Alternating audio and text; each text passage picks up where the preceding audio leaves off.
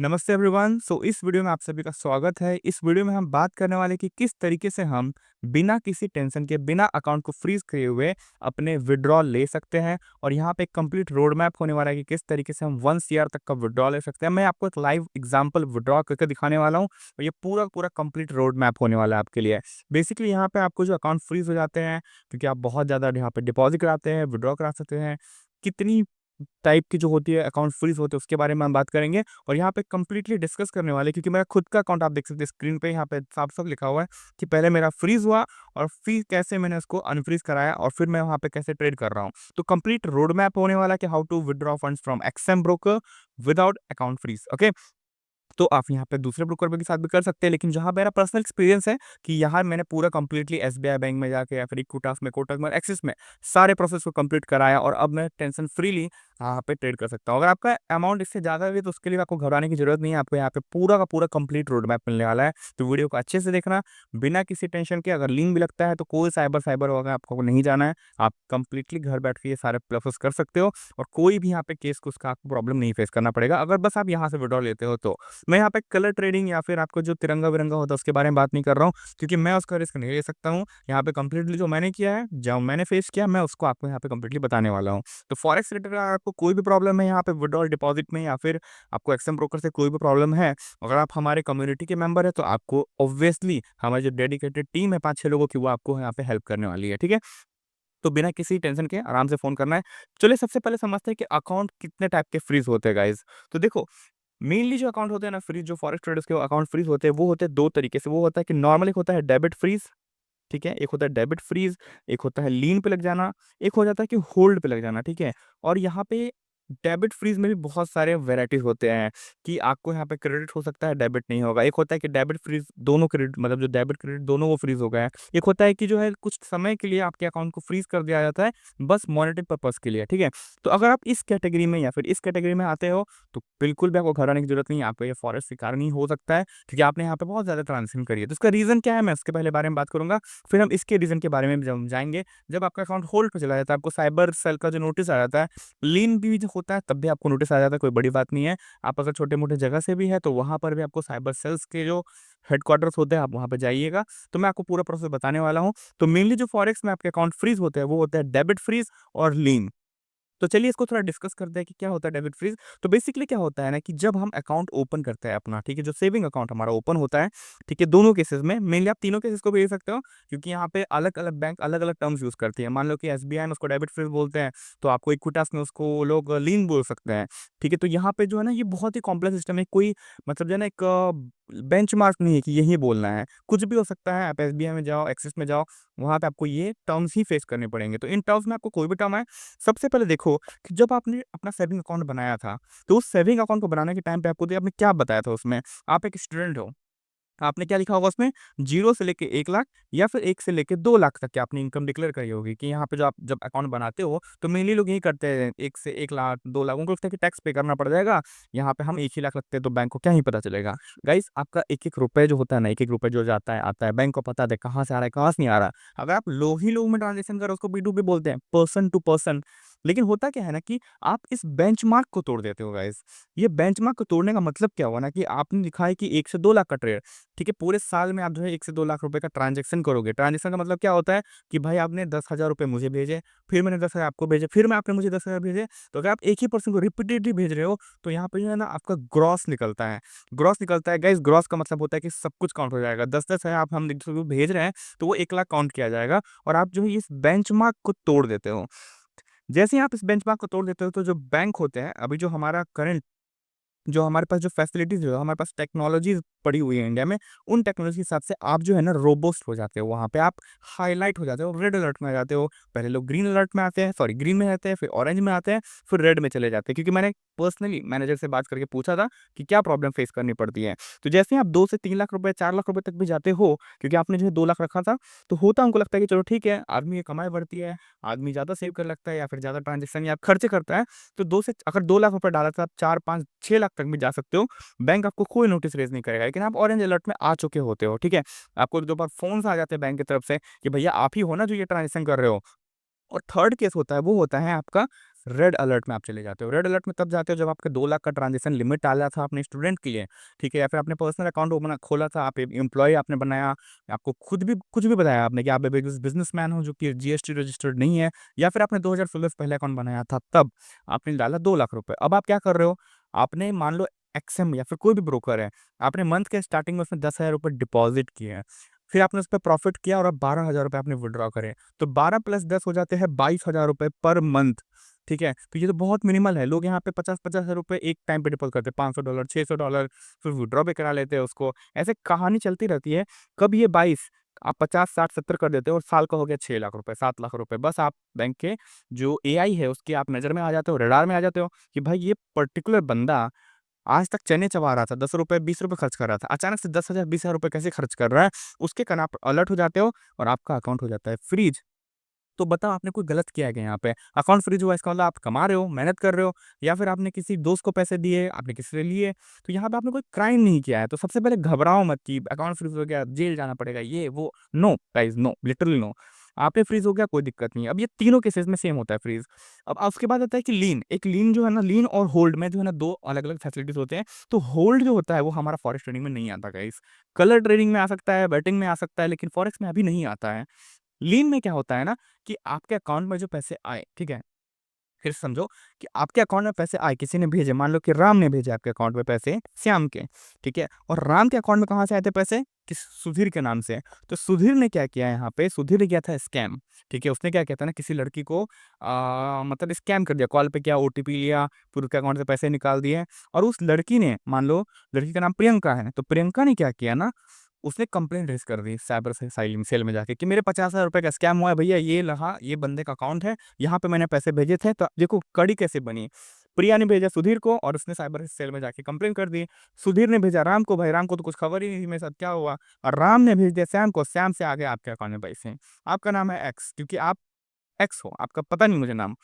तो x account में जैसे आए, तो यहाँ पे लग गया 1, 2, 3, 4, 4 वाले लाइन की जो चेन होती है वो आप पे लग गई। अब मतलब आपका अकाउंट में जितने पैसे आए हैं, ठीक है? जितने पैसे प्रियंका का स्कैम हुआ, फिर सुधीर ने कुछ खर्चा करा, उसमें कुछ पैसा बचा, फिर राम में आया, फिर राम से श्याम में आया, और श्याम से आपके अकाउंट में मान लो आ गए ₹500।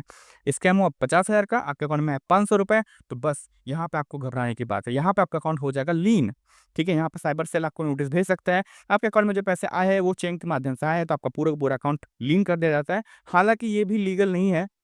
यहाँ पे जो है सुप्रीम कोर्ट में भी बहुत सारे यहाँ पे डिस्क्रिप्शंस आए थे, और यहाँ पे ये क्लियर किया गया था कि भाई आप उसी अमाउंट को बस फ्रीज़ कीजिए, जो अमाउंट आया है। पूरा-पूरा अकाउंट फ्रीज़ करना इट्स नॉट लाइक लॉजिकल, ठीक है?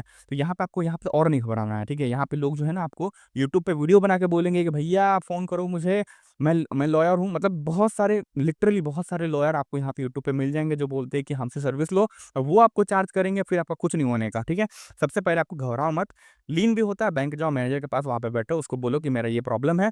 तो वहाँ पे आपको जो सेकंड प्रोसेस होगा, सबसे ईज़ी प्रोसेस होता है गाइज़। कुछ भी हो, फ्रीज़ हो, लीन हो, क्योंकि होल्ड में क्या होता है ना, तो बैंक या फिर कोई सरकारी ऑफ़िसर के द्वारा आपके अकाउंट में फ्रीज़ लगाया जाता है। तो वो फॉरेस्ट में नहीं आता है, सिंपल सा।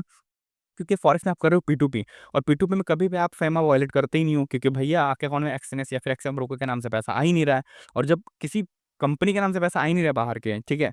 तब आपको क्या घबराना है? आपने कोई फ़ेमा वॉयलेट ही नहीं किया। आप पी2पी का जो लूप होल है, आप उसको यूज़ कर रहे हो, और 150 करोड़ लोग इसको यूज़ करते हैं। भाई, किसको-किसको आप मॉनिटर करोगे?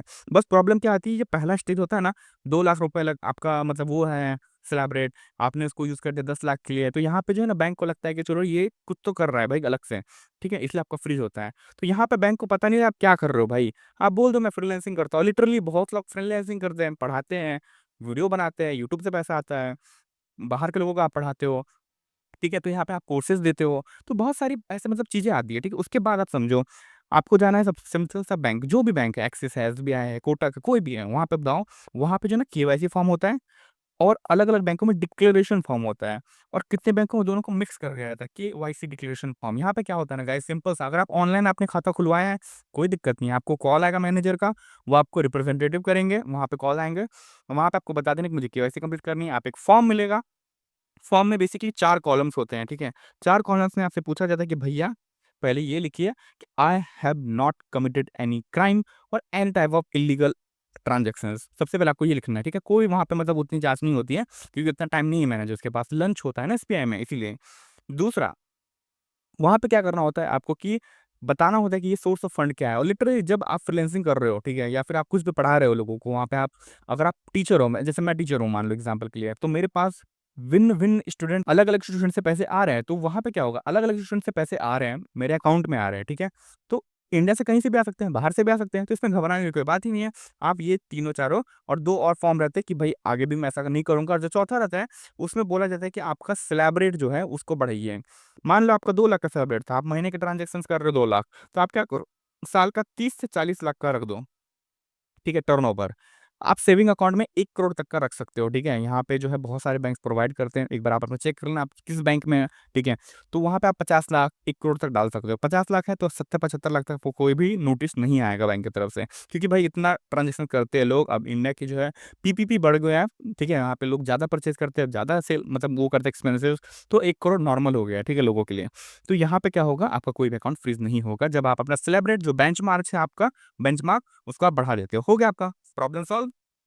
उसके बाद दूसरा प्रोसेस, केवाईसी करने के बाद अगर आपने ऑनलाइन नहीं कराया तो ऑफलाइन में जाइए। ऑफलाइन में सेम फॉर्म मिलता है फिजिकल फॉर्म में, ठीक है, फिजिकल फॉर्म आपको मिलता है, फिजिकल फॉर्म में जाइए, उसको भरिए, 4 ऑप्शंस रहते हैं। अगर आपको फॉर्म भरना है या फिर एप्लीकेशन नहीं आता है, ठीक है, तो भैया सिंपल सा टेलीग्राम पे जाओ, टेलीग्राम पे डिस्क्रिप्शन में जाओ, हमसे कांटेक्ट करो, हम आपको एप्लीकेशन लिखाना बता देंगे कैसा आपको एप्लीकेशन लिखना है। तो फिर आप अपने मैनेजर को दीजिए, चारों फॉर्म के 4 ऑप्शंस होते हैं, उनको अच्छे से भर दीजिए। याद रखिएगा कि जब आपने अकाउंट बनाया था, जब आप बच्चे थे या फिर 2-4 साल पहले जब आप उतना नहीं कमाते थे फॉरेक्स से पहले, तो आपको क्या करना है, वहाँ पे सिंपल सा डालना है कि भैया मैंने क्या डाला था वहाँ पे, ठीक है। आपको याद रखना पड़ेगा कि स्टूडेंट डाला था, फ्रीलांसर डाला था, कुछ जॉब डाला था या फिर छोटा-मोटा बिज़नेस डाला था, तो बस आपको वो करना है, सिंपल, ठीक है। वो चौथा रीज़न आपसे यही पूछती है कि आप पहले आपने क्या डाला था, अब आप क्या करते हो? तो ये 2 चीज़ 4 चीज़ आपको भेजनी है।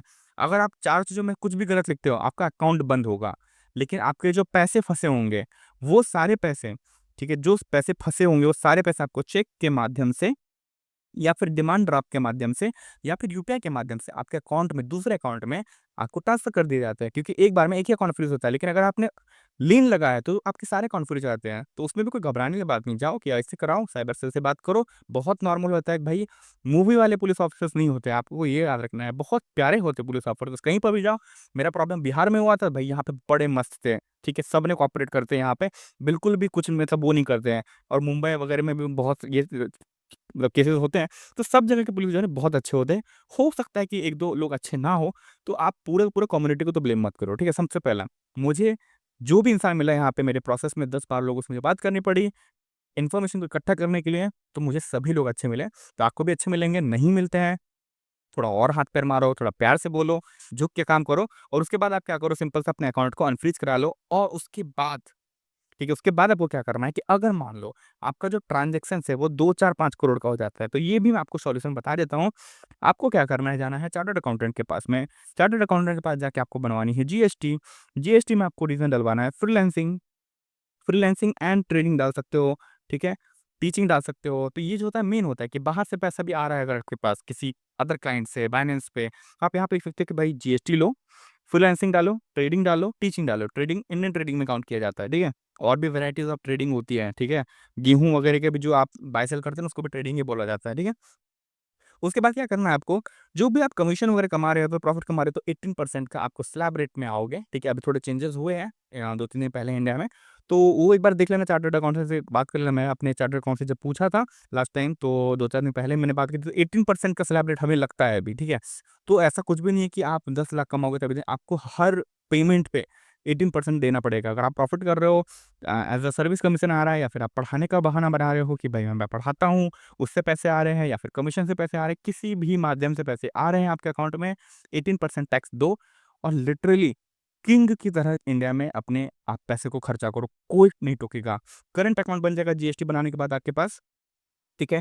करंट अकाउंट आप बना लो कोई भी अच्छे से बैंक के अंदर, किसी भी बैंक में बनाओ, जहाँ पे आपको बैंक वाले जो है सपोर्ट करेगा। आपका करंट अकाउंट है और आप 1 करोड़ ट्रांज़ैक्शन करते हो ना, लिटरली आपको बैंक का मैनेजर घोषित कर देंगे लोग यहाँ पे, क्योंकि आप अच्छा ट्रांज़ैक्शन कर रहे हो, पैसे ला रहे हो। आपका लीगल पैसा, आप टैक्स पे कर रहे हो। भाई टैक्स पे कर रहे हो, कुछ भी कर रहे हो, ठीक है? बस वो इल्लीगल नहीं होना चाहिए, तो दैट्स वेरी फैंटास्टिक, ठीक है? अब चलिए, यहाँ से चलते हैं अपन दूसरे माध्यम पे, ठीक है? मैंने जीएसटी ले रखा है, आप लोगों को भी ले लेना चाहिए, भाई टैक्स पे करो। भाई इंडिया में अगर मान लो आपको ₹2000 में आप मान लो पुणे से दिल्ली चले जाते हो, ठीक है, पुणे से दिल्ली चले जाते हो, यहाँ पे आप बस यूज़ कर लेते हो या फिर ट्रेन यूज़ कर लेते हो। एग्ज़ाम्पल के लिए आप दुबई शिफ्ट हो गए, तो ये 2000 नहीं 2 लाख लग सकते हैं भाई, 20-25 हज़ार तो नॉर्मली आपको लगेंगे पे करने के लिए। तो भाई 18,000 का डिफरेंस, रेंट जो आपको यहाँ पे दिल्ली वगैरह में 15-20 हज़ार में आपको मिल जाता है 1 बीएचके, 2 बीएचके, अगर उतना ही आप जाकर दुबई में लोगे, तो भाई 80-90 हज़ार से कम नहीं मिलेगा। तो अगर यहाँ टैक्स पे कर भी रहे हो, तो बहुत सुविधाएँ मिलती हैं, बस आपकी अप्रोच होनी चाहिए अच्छी। कोई एमएलए होना चाहिए, कोई मतलब जान-पहचान में पुलिस ऑफ़िसर्स होने चाहिए, आपके पास लॉयर्स का कॉन्टैक्ट होने चाहिए, तो भैया आप यहाँ पे दुबई से भी अच्छी फ़ील के साथ जी सकते हो, ठीक है? अगर आपको बहुत रिहायशी एरिया में रहना है, तो चले जाओ साउथ बॉम्बे, बैंगलोर, ठीक है? वहाँ पे आपको गुड़गाँव चले जाओ भाई, बेस्ट, ठीक है? आप 3-3 4 चीज़ों में जहाँ पे आपको बहुत एक्सपेंड करने का इच्छा हो, अंदर से इच्छा आ रही है कि भाई ₹1,00,000 रेंट दूँ, साउथ बॉम्बे चले जाओ। 2 लाख का भी रेंट मिल जाएगा, 10 लाख का रेंट मिल जाएगा और एकदम व्यू के साथ रहना वहाँ पे, ठीक है? गाड़ियाँ देखने मिल जाएँगी, सुपर कार्स, मॉडल्स सब चीज़ मिलेगा आपको, ठीक है? तो फ़िल्म इंडस्ट्री है भाई वहाँ पे, तो आपको अगर ऐसा जीना है तो वहाँ चले जाओ। फिर अब चलते हैं विथड्रॉ मार के देखते हैं। सबसे पहले अभी हम क्या कर गए, अभी हम आ गए हैं यहाँ पे अपने एक्सएम के डैशबोर्ड पे। भई अब यहाँ पे जो प्रॉब्लम हुआ है क्या है कि हमें कैसे यहाँ पे अपने विथड्रॉ को लेने हैं। तो छोटा-सा एक विथड्रॉ लेके दिखा देता हूँ, कैसे धड़ाक से अकाउंट में आ जाते हैं। देखो, यहाँ पे मेरे दिखा रहा है कि स्टैंडर्ड अकाउंट में मेरे कुछ डॉलर्स पड़े हुए हैं, तो मैं सोच रहा हूँ मैं यहाँ पे $200-300 चलो $400 मैं यहाँ पे विथड्रॉ करके देखता हूँ, ठीक है? अब मैं चला गया यहाँ पे, अब यहाँ पे मेरे पास बहुत सारे ऑप्शंस है, मैं आ गया ऑनलाइन बैंक ट्रांसफ़र पे। ऑनलाइन बैंक ट्रांसफ़र पे मैंने जो है छोटा अब बेस्ट बैंक जो है वो है कोटक बैंक। अगर आपके नियर बाय बैंक है, आप खाता खोल पा रहे हो, फिज़िकल फॉर्मेट में बैंक अवेलेबल है, एक्सिस हो गया, कोटक हो गया, इक्विटास हो गया और एयू भी है। तो ये सब बैंक्स हैं, आराम से जाओ वहाँ पे, ठीक है, ₹5000 लेके जाओ, अकाउंट बना लो, सिंपल। अगर आपको करंट अकाउंट बनाना है, तो थोड़ा-सा जीएसटी वगैरह लेना पड़ता है, थोड़ा-सा बैलेंस रखना पड़ता है, 50,000 तक शायद लगते हैं। आप वो रखो और आराम से ट्रेड करो, कोई दिक्कत नहीं है। अब मेरा यहाँ पे आपको दिख रहा होगा सब चीज़ क्लियर है, बैंक अकाउंट वगैरह 87 का मिल रहा है, ठीक है? अभी ये 85-86 पे मिल रहा था, ठीक है? अभी 87 दिखा रहा है, मेबी आज रेट बढ़ा है, ठीक है? तो अब हम क्या करेंगे यहाँ पे सारा कुछ हमारे पास दिखाता है use on other bank okay, यहाँ पे भी हमारे पास आएगा 400 और हमने यहाँ पे इस पे क्लिक कर दिया। यहाँ पे मेरे पास क्या ऑप्शन आया guys, we have received your request to withdraw 400 USD ठीक है? और यहाँ पे क्या हुआ है मेरे पास एक आ गया कन्फर्मेशन, मेल भी आ चुकी है मुझे गाइज़, ठीक है? मेल भी आ चुकी है अभी मेरे पास, ठीक है? 1-2 मिनट लगते हैं इसमें मेरे हिसाब से आने में पैसे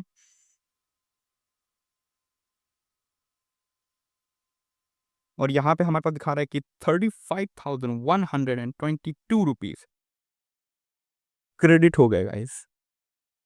कितने मिनट लगे? 1 minute. So I hope guys आपको ये पूरा का पूरा प्रोसेस समझ आ गया हो। आप कैसे यहाँ पे विथड्रॉ डिपॉज़िट कर सकते हो, आपको ये भी समझ आ गया है। सबकी चीज़ें आपको मैंने क्लियर करा दी है, अकाउंट कैसे ओपन करना है, बंद कैसे करना है, फ्रीज़, अनफ्रीज़ सब कुछ बता दिया है।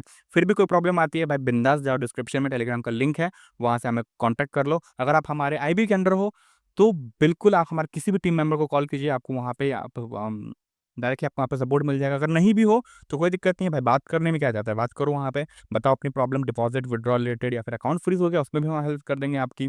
पूरा प्रोसेस बता देंगे गाइज़, लायबिलिटी हमारी नहीं है, प्रोसेस हमारा बताने का जो है वो लायबिलिटी है, तो वो मैं आपको क्लियरली बता दूँगा, ठीक है? दूसरी बात 15th ऑफ अगस्त से हमारा नेक्स्ट बैच आ रहा है, आप उसको अगर जॉइन करना चाहते हो तो आप हमें कमेंट में बताइए या फिर आप हमसे डायरेक्टली कॉन्टैक्ट कर सकते हो। 15th of September live batch free of cost होने वाला है लॉन्च, आप उसको जॉइन कर सकते हो। ऑलरेडी 38 सीट्स फुल हो चुकी है, तो 2-3 सीटें बची हुई हैं। अगर आप क्विक जो अर्ली बर्ड होते हैं वो हो, तो आइए, वहाँ पे अपन साथ में पढ़ेंगे, ठीक है? आई होप सारी चीज़ें क्लियर हो गईंगी। मिलते हैं आपसे नेक्स्ट वीडियो में। Thank you.